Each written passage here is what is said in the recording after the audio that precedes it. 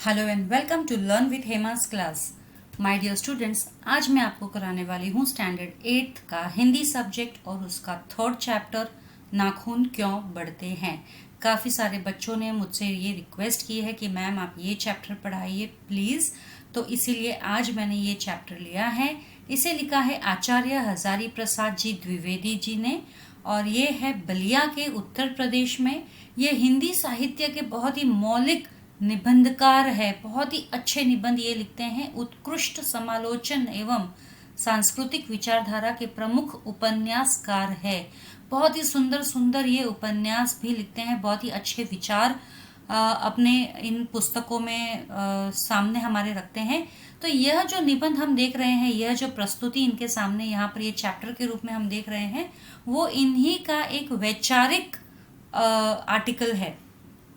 वैचारिक यानी जो सोचते हैं, ये अपनी सोच को इन्होंने कलम से पन्ने पर उतारा है। तो आचार्य हरिप्रसाद जी द्विवेदी द्वारा लिखा गया यह नाखून क्यों बढ़ते हैं, ये हम पूरा डिटेल में लर्न एक्सप्लेनेशन में यहाँ पे करने वाली हूँ और आपको साथ ही साथ इसके क्वेश्चन आंसर्स भी मैं प्रोवाइड करूंगी, जिसे आप देख सकते हैं डिस्क्रिप्शन बॉक्स में। उसे आपको उसमें लिंक मिल जाएगी क्वेश्चन आंसर्स की। तो चलिए शुरू करते हैं। और आगे बढ़ने से पहले एक छोटी सी रिक्वेस्ट कि यदि आप मेरे चैनल के लिए नए हैं तो ज़रूर से सब्सक्राइब कीजिए लर्न विथ हेमा को, और साथ ही साथ अपने फ्रेंड्स के साथ भी उसे शेयर कीजिए। और यदि वीडियोस अच्छे लगते हैं, यूज़फुल होते हैं आपको, तो ज़रूर से लाइक बटन दबाना ना भूलें। तो चलिए शुरू करते हैं। नाखून क्यों बढ़ते हैं।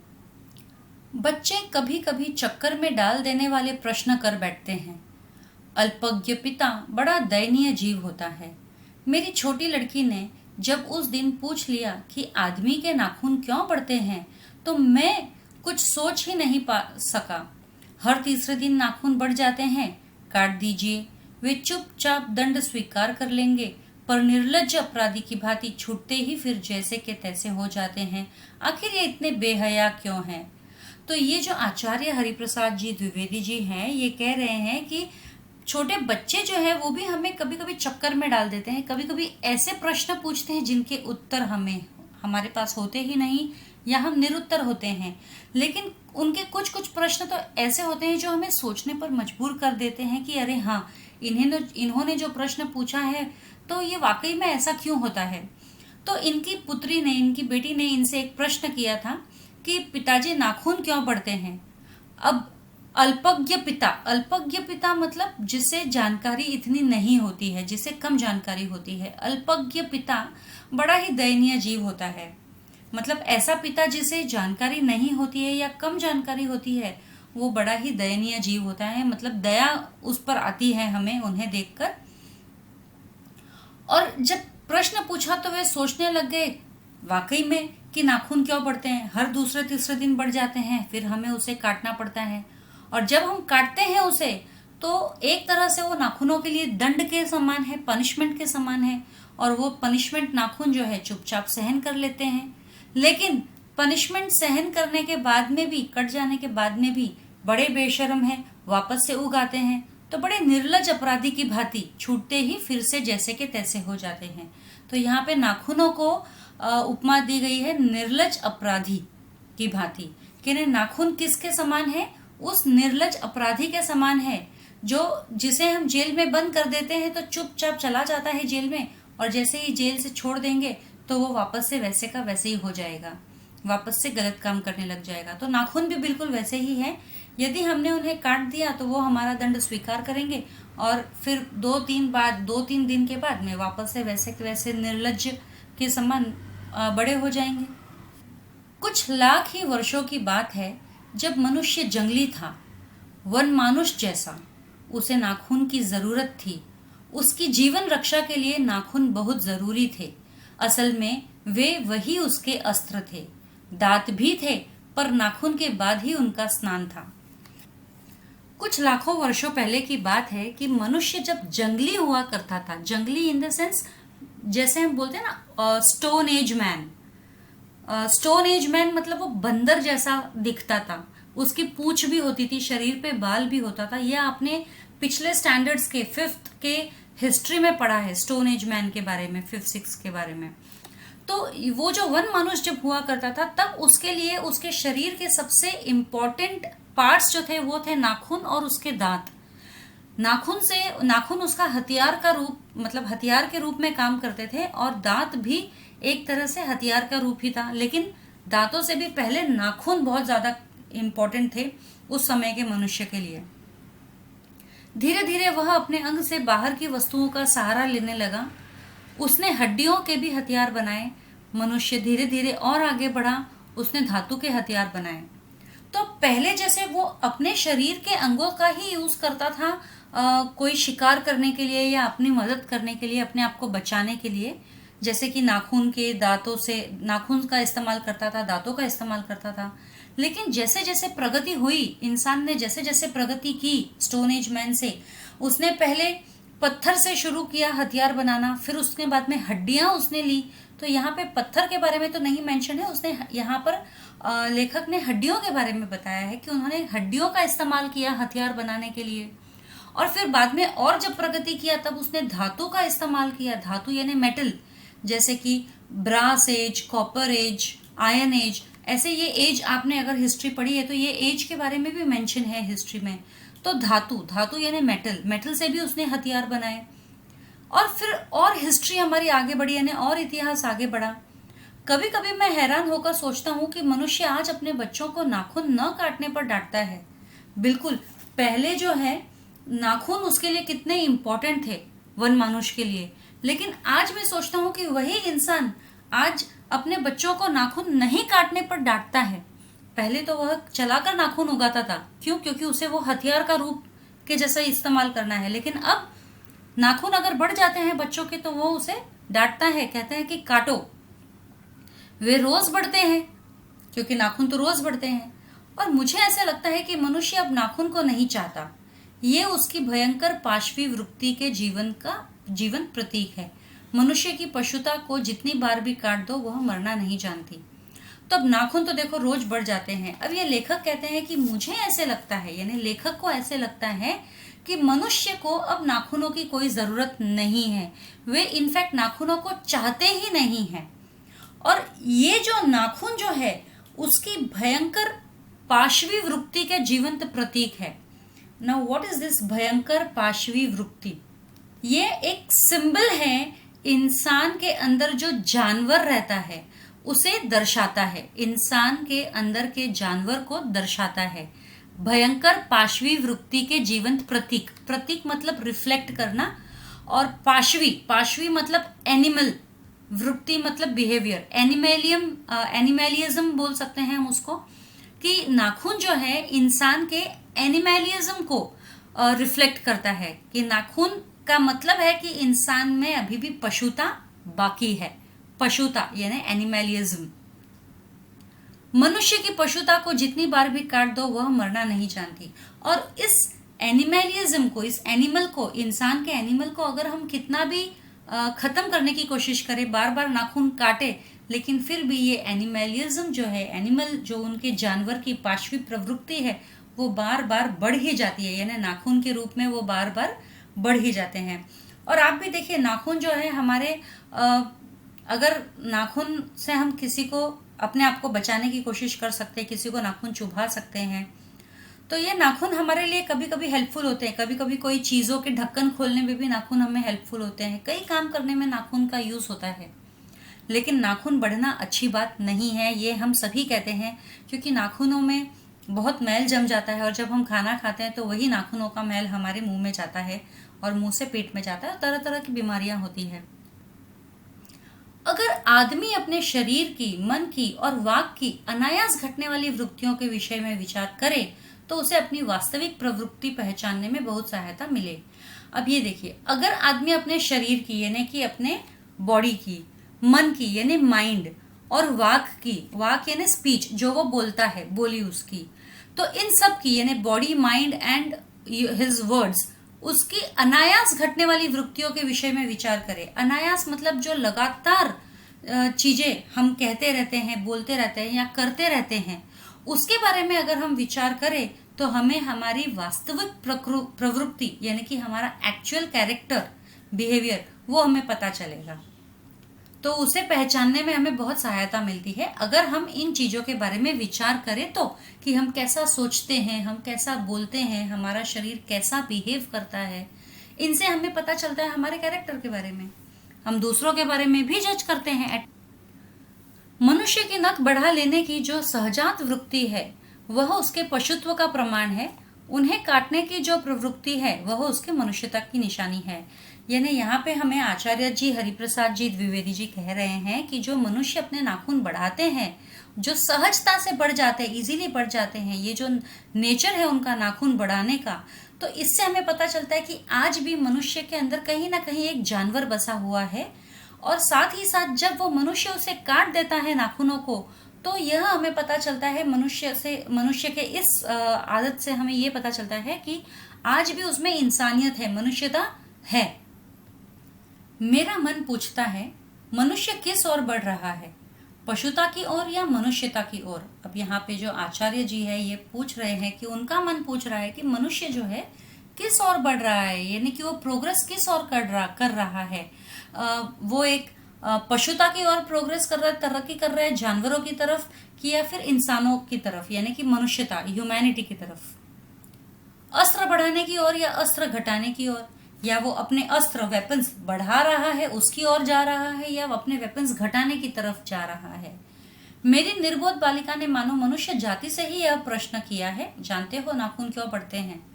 तो मेरी निर्बोध बालिका यानी कि मेरी जो इनोसेंट सी बच्ची है, नादान सी बच्ची है, उसने मानो पूरी मनुष्य जाति दैट इज ह्यूमन रेस, मतलब ये जो क्वेश्चन है उसने सिर्फ अपने फादर से नहीं किया है, उस लड़की ने पूरी ह्यूमन रेस से ये क्वेश्चन किया है कि नाखून क्यों बढ़ते हैं। तो नाखून जो है यह हमारी पशुता के अवशेष है, जो हमारी निर्दयता है, जो हमारे अंदर जो जानवर रूपी निर्दयता जो है उसके अवशेष है, मतलब रिमेन्स, अवशेष मतलब रिमेन्स। मैं भी पूछता हूं, अब ये लेखक भी पूछ रहे हैं, जानते हो ये अस्त्र शस्त्र क्यों बढ़ रहे हैं। वो भी हमें पूछ रहे हैं कि ये अस्त्र शस्त्र यानी कि ये जो नाखून जो हमारे अस्त्र शस्त्र है ये क्यों बढ़ रहे हैं। ये हमारी पशुता की निशानी है। ये इसलिए बढ़ रहे हैं क्योंकि ये आज भी हमें याद दिलाते हैं कि आज भी हमारे अंदर थोड़ा सा पशुत्व यानी कि जानवर जिंदा है। यानी हम पूरी तरह से इंसान नहीं है, हम अभी भी जानवर का एक छोटा सा झलक हमारे हर इंसान के अंदर होता ही होता है। स्वराज होने के बाद स्वभावतः ही हमारे नेता और विचारशील नागरिक सोचने लगे हैं कि इस देश को सच्चे अर्थ में सुखी कैसे बनाया जाए। तो यानी जब हमें स्वराज मिला था तो नेचुरली इंडिपेंडेंस मिलने के बाद में जितने भी हमारे नेता थे और जितने भी हमारे विचारशील नागरिक यानी कि जो सोच में डूबे रहने वाले जो सिटीजन्स थे, ये सभी लोग सोचने लगे थे कि इस देश को हम सच्चे अर्थ में आगे कैसे बढ़ाए। अब नेचुरली जब भी हमारे पास इंडिपेंडेंस होगी, फ्रीडम होगी, तो हम अपने आप को बड़ा करने की कोशिश करेंगे, बढ़ाने की कोशिश करेंगे। तो वही हमारे नागरिकों ने और हमारे नेताओं ने सोचा कि हमारे देश को हम सुखी कैसे बनाएं। हमारी परंपरा महिमामयी और संस्कार उज्जवल है, क्योंकि अपने आप द्वारा लगाया हुआ बंधन हमारी संस्कृति की बहुत बड़ी विशेषता है। अब यहाँ पे हमें लेखक बताना चाहते हैं कि हमारी जो परंपरा है, परंपरा मतलब हमारा जो ट्रेडिशन है, वह महिमामयी मतलब ग्लोरियस, बहुत ही ज्यादा उज्जवल, ग्लोरियस है, और संस्कार उज्जवल है। संस्कार मतलब हमारे कल्चर, और बहुत ही ब्राइट है हमारे कल्चर। तो हमारी जितने भी ट्रेडिशंस है वो बहुत ही ग्लोरियस और ब्राइट है। क्यों वो ग्लोरियस है, क्यों वो हमारे कल्चर ब्राइट है? क्योंकि हमने अपने आप पर रिस्ट्रिक्शंस लगाए हैं, क्योंकि अपने आप पर अपने आप द्वारा लगाया हुआ बंधन यानी रिस्ट्रिक्शंस, हमने अपने आप पर ही बंधन लगाए हैं, रिस्ट्रिक्शंस लगाए हैं। यही हमारी संस्कृति की बहुत बड़ी विशेषता है। यानी कि हमारे कल्चर में हमने अपने आप पर ही रिस्ट्रिक्शंस लगाए हैं कि हमें क्या करना चाहिए, क्या नहीं करना चाहिए। तो बुरी बातों को हमने रोक रखा है, रिस्ट्रिक्शंस लगा रखा है कि हमें नहीं करना है। इसीलिए तो हमारा कल्चर इतना ग्लोरियस होता जा रहा है। मनुष्य पशु से किस बात में भिन्न है? अब यहाँ पे ये प्रश्न कर बैठे हैं लेखक हमें कि इंसान जो है, मनुष्य जो है, पशु यानी जानवर से कितने अलग है या किस भांति अलग है, किन किन बातों में अलग है। तो बहुत सारी बातों में अलग है। उसमें संयम है, संयम यानी पेशेंस। दूसरों के सुख दुख के प्रति संवेदना है, यानी कि जब हम दूसरों के सुख में शामिल होते हैं तो हमें खुशी होती है, और दूसरों के दुख में शामिल होते हैं तो हमें दुख होता है। तो हम ये फील कर सकते हैं उनके सुख दुख को, तो उसके प्रति हम रिस्पेक्ट करते हैं उनकी भावनाओं के प्रति। तो ये इंसानों में ही क्वालिटी पाई जाती है, जानवरों में नहीं। श्रद्धा है, हम किसी को सच्चे दिल से चाहते हैं, उसमें यकीन रखते हैं। तप है, हम तपस्या करते हैं किसी चीज को पाने के लिए। त्याग है, सेक्रीफाइसेस करते हैं। इसीलिए मनुष्य झगड़े टंटे को अपना आदर्श नहीं मानता, इसीलिए हम लड़ाई झगड़े में कभी नहीं मानते। यह हमारा कभी भी आदर्श नहीं हो सकता है। गुस्से में आकर चढ़ दौड़ने वाले अविवेकी को बुरा समझता है, और गुस्से में आकर कोई भी काम बिना सोचे समझे लिए हुए किसी भी इंसान को हम अविवेकी कहते हैं। विवेकी इंसान कौन होते हैं? जो सोच समझ के काम करते हैं। और अविवेकी कौन होते हैं? जो बिना सोचे समझे, आओ देखे न ताओ, गुस्से में आया तो जो मन में आया कर दिया, वो अविवेकी इंसान होते हैं। वचन, मन एवं शरीर से किए गए असत्य चरण को गलत मानता है, और साथ ही साथ इंसान जो है उन सभी बातों को गलत मानता है जो वचन, यानी कि उसके शब्द अगर गलत है तो वो गलत बात है, वो उसे गलत कहना भी नहीं चाहिए। यानी जब इंसान गाली गलौज करता है, बुरी बातें कहता है, किसी को चोट पहुंचाने वाली बातें करता है, तो वो नहीं करना चाहिए, वह गलत है।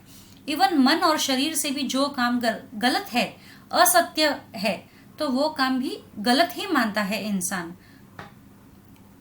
ऐसा कोई दिन आ सकता है जब मनुष्य के नाखूनों का बढ़ना बंद हो जाएगा।